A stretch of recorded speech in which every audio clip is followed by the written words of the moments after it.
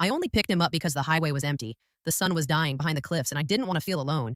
I never expected the man standing on the side of the road to ruin everything I thought I knew about myself. His car was dead hood open, steam rising like a ghost trying to escape. He looked too put together for Highway 1 hair, neat shirt, ironed eyes, sharp and steady. A law student, he said, headed north, focused, disciplined, unshakable.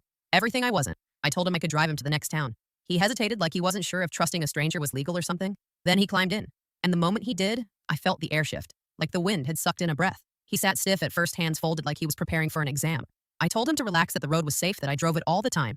He said that was what scared him. People who trusted the road too much. He didn't understand what this road meant to me. This was where I came to breathe, where the sky stretched out wide enough to hold everything I couldn't say out loud, where the ocean swallowed every thought that tried to drown me. He didn't belong here, not with his perfect posture and logical mind and eyes that kept flicking toward me like he was trying to figure me out. But the more he looked, the more I felt like maybe I was figuring him out too.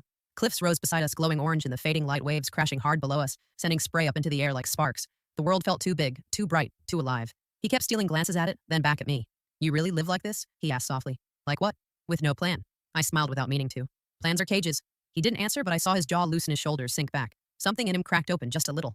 Then the sun hit the horizon. The entire world turned molten gold, and I swear I heard him breathe for the first time. Pull over, he said suddenly. I did. We stepped out onto a cliff glowing in the last burn of daylight. Wind whipped around us, warm, sharp, wild. He stood with his hands in his pockets, staring at the ocean like it was the first real thing he'd seen in years. I don't remember the last time I stopped just to look at something beautiful, he said. Then remember this. He turned toward me and the wind caught his hair, loosened it, softened him. He looked nothing like the man I'd picked up 20 minutes earlier. He looked alive. We drove again. Night rose around us, deep and electric. He rolled the window down, let the wind hit his face. He smiled, a real one.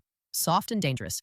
You're messing with my head, he said. Good. He didn't argue. We stopped for ice cream on the side of the road, string lights glowing above us like tiny falling stars. He picked lavender honey, something delicate, unexpected. The flavor didn't match the man, but maybe he didn't either. When he tasted it, he actually laughed, shocked at himself, shocked at the world, shocked at how fast everything was changing, and I felt something shift inside me too. We ended up on the beach, the moon-high waves folding over our feet, cool and strong. He looked out at the water and said he didn't know who he was anymore, that with me he felt calmer, looser, like he wasn't trying to win some invisible war inside himself. I told him maybe that was the real him. Then a wave rushed in, icy and loud, splashing his legs. I laughed and he splashed back, and suddenly we were running, breathless, wild down the shoreline, laughing like idiots, our shadows chasing us. When we finally stopped, our clothes soaked, our hair tangled, our hearts loud, he looked at me like I was the only light in the world. I don't want this night to end, he whispered. Then don't let it. He stepped closer slowly like he was approaching a fire. His hand lifted to my cheek, warm, trembling. His forehead touched mine, his breath mingling with mine, soft and uncertain. Tell me if I'm allowed. You are. And he kissed me. Slow, warm, desperate, like he'd been holding his breath for years. Like the ocean could rise and swallow the world and he wouldn't notice. When he pulled away, he whispered against my lips, I think you just changed everything. And maybe I did. Or maybe the Sunset Highway did. Or maybe he was finally ready to feel alive. Either way, the road wasn't done with us yet. Road wasn't.